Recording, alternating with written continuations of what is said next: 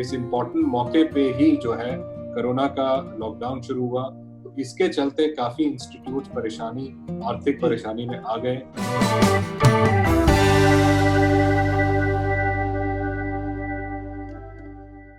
नमस्कार, आप देख रहे हैं amarujala.com का ये खास कोरोना स्पेशल कार्यक्रम और मैं हूं आपका होस्ट संजय अधिज्ञा। आज हम आपकी मुलाकात करा रहे हैं इंडियन कोचिंग इंडस्ट्री की लीडर कंपनी आकाश एजुकेशनल सर्विसेज लिमिटेड, जिसे आप और हम आकाश इंस्टीट्यूट के नाम से जानते हैं। आकाश इंस्टीट्यूट के इस कंपनी के डायरेक्टर और सीईओ आकाश चौधरी हमारे साथ हैं और वो हमें बताएंगे कि इंडियन कोचिंग इंडस्ट्री और खासतौर पर उनकी कंपनी पर इस कोविड-19 का क्या असर पड़ा है और आने वाले समय में वो इससे जूझने की क्या रणनीति अपनाने जा रहे हैं। आपका बहुत बहुत स्वागत है आकाश हमारे इस कार्यक्रम में। नमस्कार Sanjay ji, thank you so much. और मेरा पहला सवाल, हमारे रूबरू इस वक्त लाखों दर्शक हैं, व्यूअर्स हैं amarujala.com के और अमर उजाला अखबार के पाठक हैं और वे ये सब जानना चाहते हैं कि देश की जो सबसे बड़ी कोचिंग कंपनी है वो इस पूरे माहौल को कैसे देख रही है और इस पूरे परिदृश्य में जो पहली चुनौती उनकी नजर में क्या है। संजय जी, आपने अपने इंट्रोडक्शन में बहुत ही सही बात कही कि ये एक ऐसी बीमारी है, एक महामारी है जिसका प्रभाव कोचिंग तो क्या सारे पूरे हिंदुस्तान, पूरे ग्लोब के हर कंपनी पे, हर व्यक्ति पे पड़ा है और निश्चित रूप से हम लोग भी उससे कोई अछूते नहीं हैं। और जैसा कि 22 मार्च से आपको पता है कि हम लोग लॉकडाउन में हैं और अभी हम फोर्थ 4.0 फेज है लॉकडाउन का, उसमें अभी हम हैं। तो इस फेज में जब ये शुरुआत हुई तो एक बहुत बड़ी चुनौती हमारे सामने थी कि जो बच्चे अब तक क्लासरूम कोचिंग कर रहे हैं, सेंटर्स में आ रहे हैं, उनके ऊपर एकदम से जैसा कहते हैं कि रोक लग गई। सरकार की ये ऑर्डर थी कि हमने इसको बंद रखना है और इसको सारे सेंटर्स को हमने बंद किया 22 तारीख को। और मैं कहूँगा कि हमारी थोड़ी सी तैयारी पहले से थी क्योंकि हम लोग डिजिटल एजुकेशन की तरफ कुछ साल पहले चल पड़े थे और हम लोग ने काफ़ी मेहनत करी शुरू के 7-8 दिन और अपने सारे जो करीबन 1 लाख से ऊपर बच्चे थे ऑफलाइन क्लासरूम के, उन सबको हमने ऑनलाइन प्लेटफॉर्म पे, ऑनलाइन स्टडी प्लान पे सबको शिफ्ट किया और उनकी कहानी फिर हमने वहाँ से शुरू करी कि वो अपना घर बैठ के अपनी सेफ्टी में पढ़ पाए। आकाश, ये जो 300% ग्रोथ है वो आपका जो पुराना लास्ट ईयर का जो बेस है उस पर है, लेकिन पिछले साल कुल आपका जो टर्नओवर है या टोटल बिजनेस है उसका 5% से भी कम हिस्सा ऑनलाइन से आ रहा था। मेरा सवाल ये है कि इतना ह्यूज डिजिटल नेटवर्क बनाने में आपको कितना समय लगेगा, कैसी चुनौती आएगी? और अगर मैं आपसे और स्पष्ट तौर पर पूछूं तो जो ये मौजूदा करंट फाइनेंशियल ईयर होने जा रहा है 2020-21 का, इसमें ये रेशो क्या रहेगी? ऑनलाइन बिजनेस का जो रेवेन्यू कहें या कि जो अर्निंग है वो आपके टोटल अर्निंग का कितना परसेंट होगा? इसमें संजय, मेरा अंदाजा ये कहता है कम से कम 12 से 15% के आसपास ये आंकड़ा चला जाएगा। मुझे काफी विश्वास है कि जो डिजिटल लर्निंग जो कि अभी एक 4 से 5% के बीच में होवर कर रहा था ओवरऑल रेवेन्यू के, ये 10% को आसानी से क्रॉस कर जाएगा और एक काफी मजबूत हिस्सा कंपनी का बन के बाहर निकलेगा। और इसके साथ साथ जो बच्चे हैं उनके लिए एक बहुत ही स्ट्रॉन्ग, एक बहुत ही बेहतरीन ऑप्शन बन के सामने आएगा जो क्लासरूम कोचिंग को या तो एक्सेस नहीं कर पाते हैं या अफोर्ड नहीं कर पाते, उनके लिए बहुत फायदा रहेगा। और इसी के साथ साथ जो बच्चे अभी रुक गए हैं क्लासरूम में आने के लिए, मैं उस तरफ भी मुझे जो अभी अंदाजा लग रहा है, बच्चों से बात हो रही है, तो क्लासरूम का बिजनेस भी मुझे लगता है कि हमारे पास अच्छा अगले साल आएगा जैसे हर साल आता है और हम उसी के लिए उसी डायरेक्शन में काम कर रहे हैं। मतलब आपको उम्मीद है कि जो ऑफलाइन क्लासरूम बिजनेस है उस पर कोई खास असर नहीं पड़ेगा, क्या आप ये कहना चाह रहे हैं? जी सर, मेरे को ऐसी उम्मीद है कि जो एक आईआईटी और मेडिकल जैसा एग्जाम है वो नॉर्मली इसको हम हाई स्टेक एग्जाम की कैटेगरी में रखते हैं, जो कि थोड़ा सा डिफरेंट रहता है बोर्ड एग्जाम से, स्कूल एग्जाम से। क्योंकि ये हाई स्टेक है, इससे करियर डिपेंड करता है, तो पेरेंट्स कहीं ना कहीं जो उनके पिछले सालों के एक्सपीरियंस है ऑफलाइन एजुकेशन क्वालिटी के, तो उसके चलते जैसे ही लॉकडाउन खुलेगा हमें उम्मीद है कि ज्यादा तादाद में लोग सामने आएंगे और अपना ऑफलाइन प्रोग्राम के लिए एनरोल करेंगे। एनरोलमेंट शुरू से हमारा चल रहा था, वो अच्छा चल रहा था। अब लॉकडाउन तक आने के बाद ये बंद हो गया है और हमें थोड़ी थोड़ी उम्मीद लग रही है जैसे जैसे जो 15 जून के बाद या 30 जुलाई तक 15 जुलाई तक ये स्कूल्स खुलने शुरू होंगे तो ये सिलसिला फिर से शुरू होगा और हम वो नंबर्स पे एक्सपेक्टेड ग्रोथ पे फिर आ पाएंगे। बिल्कुल, ये सब इस मान्यता पर आधारित है आकाश की 15 जुलाई को स्कूल खुल जाएंगे, लेकिन जैसा कि आप देख रहे हैं अभी बहुत कंट्रोल हो नहीं पाया है बीमारी पर और ऐसा लग रहा है कि जून में तो ये पीक पर आएगा जो टोटल टॉल है पॉजिटिव केसेस का। तो क्या किसी ऐसी इवेंचुअलिटी के लिए आप तैयार हैं कि लॉकडाउन खुलने में और कई महीने लग जाएं और आपको डिजिटल पर ज्यादा फोकस करना पड़े? संजय जी, अगर डिजिटल को एक्सटेंड करना पड़ा, अगर वो जून नहीं है, जुलाई नहीं है, अगस्त, तो हम पूरी तरह से तैयार हैं इसको एक्सटेंड करने में। All the way up to पूरा साल भी चलाना पड़े तो हम तैयार हैं। लेकिन मेरा ये सोचना है जो कोरोना की जो ये बीमारी है वो एक वायरस है, वायरस कभी मरता नहीं है, उसको कंट्रोल किया जाता है, उस पर एक नियंत्रण करा जाता है, उसके अगेंस्ट वैक्सीन बनाई जाती है, वो रहता है, हवा में रहता है, जगह में रहता है। तो कहीं ना कहीं अगर देखा जाए, अगर हिंदुस्तान की बात करें या बाकी किसी भी देश की बात करें, अगर हमें कोरोना से जीतना है तो हमें खुद को अंदर ऐसी इम्यूनिटी बनानी पड़ेगी और खुद की प्रैक्टिसेस में थोड़े चेंजेस करने पड़ेंगे। नहीं तो कोरोना से कहीं ज्यादा लोग आर्थिक स्थिति खराब होने की वजह से प्रॉब्लम में आते हैं। मेरा सवाल ये था आकाश की जो डिजिटल मॉडल है कोचिंग का, that is known to be highly cost effective. एक टीचर 20,000 स्टूडेंट्स को भी पढ़ा सकता है, वो इतना कॉस्ट इफेक्टिव मॉडल है। तो ऐसे में जो आपका फीस स्ट्रक्चर है क्या वो गड़बड़ा नहीं जाएगा और क्या इसका मतलब आपकी अर्निंग्स पर कोई असर तो नहीं इससे पड़ेगा? नहीं, मेरा ये मानना है कि जो डिजिटल एजुकेशन है क्लासरूम की तरह उसके भी टेकर्स अलग अलग हैं। जो बच्चे चाहते हैं कि वो भीड़ में पढ़ें और एक अच्छे टीचर का सिर्फ लाइव वीडियो लें, वो तो इस 10-20 हजार वाली क्लास में बैठ सकते हैं। लेकिन कई बच्चे ऐसे रहते हैं, खासकर जो ये हाई स्टेक एग्जाम है आईआईटी मेडिकल, जो टीचर का कॉन्सेप्ट है उसके साथ ही साथ वो अपने सवालात भी पूछना चाहते हैं, चैट करना चाहते हैं, टू वे इंटरेक्शन करना चाहते हैं। तो उन तरह के प्रोग्राम्स में जो बच्चों की एक क्लासरूम की साइज रहती है वो काफी लिमिटेड रहती है, सीमित रहती है। तो अगर हम उन बच्चों की बात करें जो हाई स्टेक वाले हैं, तो मुझे नहीं लगता कि उसमें कोई प्राइसिंग में इतना ज्यादा गिरावट आ जाएगी कि ओवरऑल रेवेन्यू में ज्यादा अंतर आएगा। लेकिन इसके साथ साथ अगर हम 20,000 या 10,000 बच्चों को पढ़ाने वाली कैपेसिटी के प्लेटफॉर्म भी आगे लेके आते हैं तो उसमें भी हम ज्यादा से ज्यादा बच्चों से जुड़ पाएंगे एक ही जगह से। तो ओवरऑल इम्पैक्ट जो है कॉस्ट बेनिफिट का वो हमें मिल सकता है अगर हम उसको ठीक तरह से इम्प्लीमेंट करें। और ये मैसेज मेरे लिए नहीं, बाकी पूरी इंडस्ट्री के लिए है, जो लोग काम कर रहे हैं सभी के लिए कहना चाहूंगा कि डिजिटल को का जो इन्वेंशन हुआ है वो यही हुआ है, घर बैठे बहुत बच्चों को वही फायदा। तो ये एक कॉन्सेप्ट ही उसी डायरेक्शन में आया है और घर बैठे फायदा दोनों तरफ से, अच्छी कोचिंग और एक अच्छा प्राइस, लेकिन इससे कि हम ज्यादा बच्चों से जुड़ सकें। बिल्कुल, ये अच्छी बात है कि आप उसका पॉजिटिव एस्पेक्ट देख रहे हैं और उसको स्ट्रेस कर रहे हैं। मेरा सवाल आकाश ये है कि अभी आपकी जो प्रेजेंस है वो करीब 23-24 राज्य है देश के और उनमें 200 से ज्यादा आपकी शाखाएं हैं, ब्रांचेस हैं।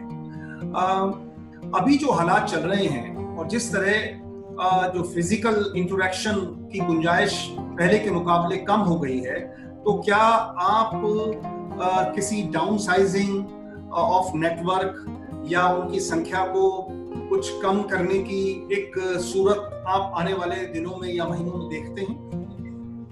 इनफैक्ट डिजिटल आने से तो हम लोग इनफैक्ट उल्टा सोच रहे हैं कि हम और कहाँ जा सकते हैं, क्योंकि जो डिजिटल सरकार की तरफ से भी बहुत अच्छा एनकरेजमेंट है और एक अच्छा पुश दिया जा रहा है डिजिटल की तरफ। खासकर जो रूरल एरियाज हैं वहाँ पे जहाँ हमेशा इंटरनेट की प्रॉब्लम रहती है, कहीं ना कहीं डिवाइसेस हर बच्चे के पास हर घर में नहीं रहती, तो उन इलाकों में भी हम जाने की तैयारी कर रहे हैं, क्योंकि डिजिटल टेक्नोलॉजी खाली इंटरनेट पे सीमित नहीं है। हम अपने यहाँ पे इंटरनेट के साथ साथ ब्रॉडबैंड के साथ साथ जो वीसैट से चलने वाली ऑनलाइन एजुकेशन है जिसमें इंटरनेट की जरूरत नहीं रहती, हम उस तरफ भी अपना काम कर रहे हैं, ताकि जो बच्चे ग्रामीण इलाकों में हैं या छोटे डिस्ट्रिक्ट में हैं जहाँ उनको इंटरनेट नहीं पहुंच पाता ठीक टाइम पे या कंटिन्यूअस इंटरनेट नहीं मिलता, तो उनकी भी हम हेल्प कर सके। तो हमारा ये कोशिश रहेगा कि आज अगर पूरे हिंदुस्तान को डिजिटल एजुकेशन, डिजिटल टेक्नोलॉजी और इंटरनेट पे आना आ गया है और ये समझ आ गया है कि इससे भी पढ़ाई हो सकती है, तो मुझे नहीं लगता इससे बेहतर कोई समय होगा उन तक अपना प्रोग्राम या प्रोडक्ट ले जाने का, ताकि हम उनकी भी मदद कर सकें। मैं ये जानना चाह रहा था आकाश के जो आपका फ्रेंचाइज बिजनेस मॉडल है और आपके बहुत सारे यूनिट्स फ्रेंचाइजी बेसिस पर हैं, तो पोस्ट कोविड ईरा में फ्रेंचाइज मॉडल इंटैक्ट रहेगा या उसमें कुछ परिवर्तन की संभावना है? नहीं, बिल्कुल इंटैक्ट रहेगा सर। कुछ ऐसे इलाके हैं जहां हमारे फ्रेंचाइज पार्टनर बहुत अच्छा काम कर रहे हैं, we are very proud of them. और साथ ही साथ मैं नई चीज क्या देख रहा हूँ कि उनके पास भी ऐसे डिस्ट्रिक्ट जुड़ते हैं, ऐसे इलाके जुड़ते हैं जहाँ से बच्चा नहीं आ पाता उनके सेंटर्स पे, तो वो भी आगे बढ़ के हमसे डिजिटल का जो है फ्रेंचाइज भी ले रहे हैं कि ये जो बच्चा आपने हमें क्लासरूम पे तो हमारे पे भरोसा किया, अब आप हमारे को डिजिटल पे भी भरोसा दीजिए, हम आपका जो ये प्रोग्राम है गांव-गांव तक अपने एरिया में अपनी लैंग्वेज में लेके जाए। तो ये एक काफी अच्छा, एक यूनिक, मतलब वी डिड नॉट एक्सपेक्ट, एक अच्छा सपोर्ट हमें फ्रेंचाइज सेंटर से भी मिल रहा है। मतलब एक नई अपॉर्चुनिटी फ्रेंचाइज सेक्टर में भी उभर रही है। आकाश, पिछले साल तक ये आप ही ने एक इंटरव्यू में माना था कि जो ईस्टर्न साइड है कंट्री में, मतलब हमारे देश में, वहाँ आपकी प्रेजेंस अभी थोड़ी लिमिटेड है, तो उस हिसाब से ये जो नया डिजिटल एक तरह से जो नेटवर्क उभर रहा है आपका, क्या आपको लगता है कि जल्दी ही वो रीजनल इम्बैलेंस पूरी तरह ठीक हो जाएगा? सर, ईस्टर्न साइड पे जो हमारे बड़े बड़े स्टेट्स हैं, वेस्ट बंगाल कह लीजिए, उड़ीसा कह लीजिए, बिहार कह लीजिए, वहाँ पे प्रेजेंस बहुत अच्छी है। लेकिन अगर मैं नॉर्थ ईस्ट की तरफ जाऊं, जो सेवन सिस्टर्स जो कहते हैं, हमारे अरुणाचल प्रदेश है, मणिपुर है, तो उन एरियाज में हमारी अभी रीच नहीं हुई है। और इस डिजिटल के आ जाने से और वीसैट टेक्नोलॉजी जैसे इक्विपमेंट्स और टेक्नोलॉजी मेथड्स आने से मुझे लगता है कि अब वहाँ पे क्लासरूम तो उसकी जरूरत नहीं रहेगी, लेकिन एक अच्छा डिजिटल प्रोग्राम हम वहाँ पे डेफिनेटली ले जा पाएंगे। बिल्कुल। एक और मैं आपसे सवाल पूछना चाहता हूं कि आपका जो फोकस है अभी तक नीट पर रहा है, जो मेडिकल एंट्रेंस एग्जाम्स, और धीरे धीरे आप इंजीनियरिंग की तरफ भी मुड़ रहे हैं। मुझे याद है आपने एक इंटरव्यू में कहा था कि जो इंजीनियरिंग कोर्सेज हैं उसमें भी हम वही एक्सीलेंस का लेवल छूना चाहेंगे जो आपने मेडिकल एंट्रेंस में हासिल किया है, जो मुकाम। तो जो नए सर्कमस्टेंसेस, जो नई परिस्थितियां बन रही हैं, उसमें आपका ये जो इंजीनियरिंग फोकस वाला जो पाथ है, जो रास्ता है, क्या वो बरकरार है या उसमें भी कुछ परिवर्तन हो सकता है? नहीं, बिल्कुल बरकरार है सर। और इनफैक्ट मैं तो ये कहूँगा कि कोरोना के बाद जो एक रिस्पेक्ट है दोनों फ्रेटर्निटी की, चाहे डॉक्टर कह लीजिए या टेक्नोक्रेट्स कह लीजिए, दोनों के लिए काफी उभर के सामने आई है। इसको कोरोना वॉरियर के नाम से लोग जान रहे हैं। पूरे data centre, IT, technology, online education, सब लोग घरों से काम कर रहे हैं। तो इन दोनों प्रोफेशन की तरफ एक, मैं कहूँगा कि एक रिवाइवल हुआ है कि भाई ये प्रोफेशन बहुत स्ट्रांग है और ये प्रोफेशन से बिजनेस कंटिन्यूटी और देश का भला भी हो सकता है।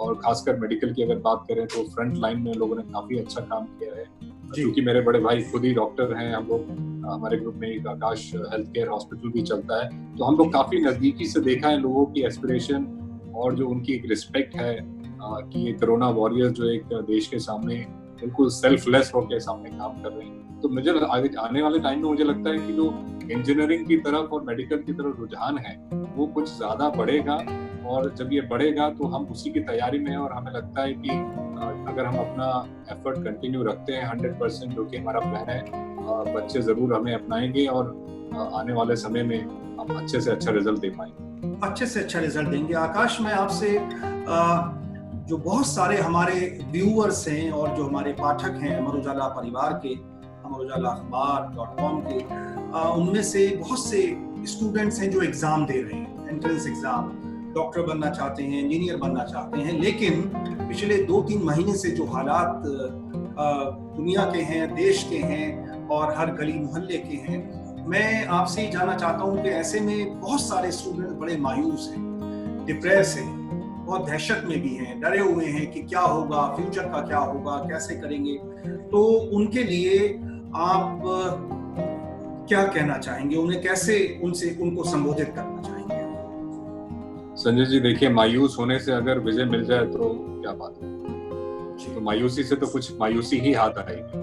तो मेरे हिसाब से जो बच्चे जिन्होंने अच्छी तैयारी करी, एग्जाम के लिए लगे रहे 2 साल के लिए, वो ज्यादा से ज्यादा आगे बढ़ के अपने फुल मॉक टेस्ट और अपने पैटर्न और टेस्ट का एनालिसिस करके अपनी जो परफॉर्मेंस है, अपने स्कोर को ज्यादा से ज्यादा ले जाने की कोशिश करें। और जो बच्चे पीछे रह गए, लेट हो गए, और हमेशा उनको दिमाग में डर था कि बोर्ड एग्जाम खत्म होती है, एंट्रेंस एग्जाम होगा, हम कैसे दे पाएंगे, तो उनके लिए तो एक गोल्डन अपॉर्चुनिटी है। लेकिन नॉर्मली क्या होता है, मार्च के एंड में बोर्ड एग्जाम खत्म होते हैं, फर्स्ट वीक अप्रैल में आईआईटी हो जाता है, फर्स्ट वीक मई में मेडिकल हो जाता है, अभी ये 26 जुलाई तक चला गया है। तो बहुत बेहतरीन मैं कहूँगा उनके लिए मौका है कि वो अपने उन सारे टॉपिक्स को इकट्ठा करें जिसमें उनकी स्ट्रेंथ थी, और उनको ज्यादा से ज्यादा प्रैक्टिस करके इतना स्ट्रांग कर लें कि एग्जाम में एक भी नंबर ना कटे। अगर इस थॉट प्रोसेस से वो जाते हैं एग्जाम देने, तो वो कभी भी पीछे नहीं रहेंगे। मायूस होने से, निराश होने से, हताहत होने से कुछ भी कभी हाथ में आया नहीं। बिल्कुल तो सही। ये आज उस माइंडसेट से मैं बच्चों को और पेरेंट्स को कहना चाहूंगा, अपने बच्चों को बाहर निकालें। एक बिल्कुल जैसे रिजीम की तरह है, एक पूरा एक टाइम टेबल बना के उनके साथ लगे और उनका ये पूरा एग्जाम जो है अच्छे से दे पाए। बिल्कुल। आकाश, कोचिंग इंडस्ट्री का जो रेस्पॉन्स है इस पेंडेमिक की तरफ, महामारी की तरफ, उसके बारे में आप क्या कहना चाहेंगे? और जो गवर्नमेंट जो कुछ कर रही है इंडस्ट्री के लिए, और क्या गवर्नमेंट कुछ खास कर सकती है कोचिंग इंडस्ट्री के लिए, इस पर मैं आपके विचार जानना चाहूँगा। देखिए, पहला सवाल आपका कोचिंग इंडस्ट्री का, तो मुझे जहाँ तक मेरी नॉलेज जाती है, जो हमें न्यूज़ मिलती है, वो काफ़ी मुश्किल में काफ़ी इंस्टीट्यूट्स आ गए हैं। क्योंकि अगर मैं आपको बताऊं थोड़ा सा इस इंडस्ट्री के बारे में, जो मार्च, अप्रैल और मई का महीना रहता है जी, वो एक एजुकेशन इंस्टीट्यूट के लिए, चाहे वो कोचिंग हो, चाहे वो स्कूल हो, चाहे वो कॉलेज हो, ये बहुत इम्पोर्टेंट रहता है। क्योंकि इसी समय सारा सेशन शुरू हो, इस इम्पोर्टेंट मौके पे ही जो है कोरोना का लॉकडाउन शुरू हुआ। तो इसके चलते काफी इंस्टीट्यूट आर्थिक परेशानी में आ गए, और हमें रोजमर्रा में पता चलता है कोई ना कोई इंस्टीट्यूट जो है वो आर्थिक मुश्किलों के कारण बंद हो गया। तो ये एक काफी मुश्किल समय इंडस्ट्री के लिए आया है, इसमें कोई दो राय नहीं है।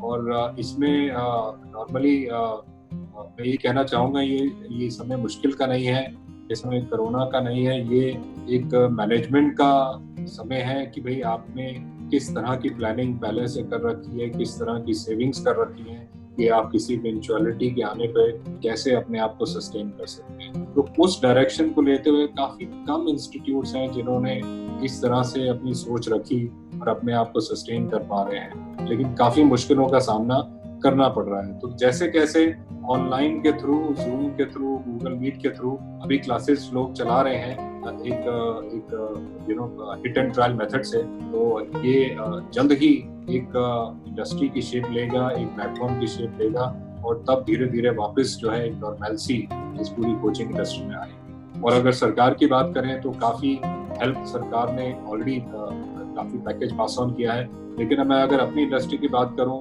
तो जो पेरेंट है जिसकी हो सकता है कि सैलरी कट गई हो, कम हो गई हो, तो हमारे यहाँ जैसे जीएसटी रहता है, उसमें कुछ सहूलियत अगर मिल जाती है तो पेरेंट्स को काफी फायदा होगा, हमें एडमिशन लेने में फायदा होगा, हमें खड़ा होने में फायदा होगा, और अगर हम खड़े रहते हैं तो हमारे से जो सरकार की तरफ इनकम टैक्स जाता है, डायरेक्ट टैक्स जाता है, उसमें भी कभी कोई कटौती नहीं होगी। तो सरकार से यही उम्मीद है कि इस मुश्किल समय में अगर टैक्स बेनिफिट्स दे के वो इन संस्थाओं को, एजुकेशन इंस्टीट्यूट्स को सपोर्ट कर सकें, कमर्शियल इंस्टीट्यूट्स को, तो बहुत बड़ा योगदान सरकार का हमारे कर सके।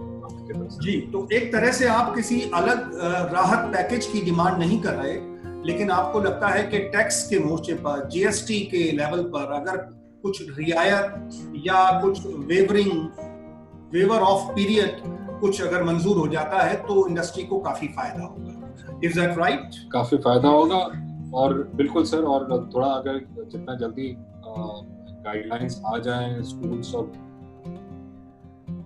कॉलेज खोलने की, और हम लोग उस तरफ से तैयारी कर लें, तो उसमें भी एक नॉर्मलसी की तरफ कदम बढ़ाने में एक शुरुआत होगी, और जल्द से जल्द वापस हम उस लेवल पे आ पाए।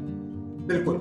अच्छा आकाश, मेरा एक सवाल ये है आपसे कि बहुत सारे पेरेंट्स इस वक्त ये सोचने लगे होंगे कि चूंकि हर तरफ से मुश्किलें आ रही हैं, इनकम लेवल पर भी, जॉब पर भी बड़ा आप जानते हैं क्वेश्चन मार्क लगे हुए हैं, तो ऐसे में बहुत सारे लोग शायद कोचिंग को अवॉइड करना चाहेंगे। वो सोचेंगे कि बिना कोचिंग के भी, तो पेरेंट्स के बारे में या पेरेंट्स को आपकी तरफ से क्या मैसेज है?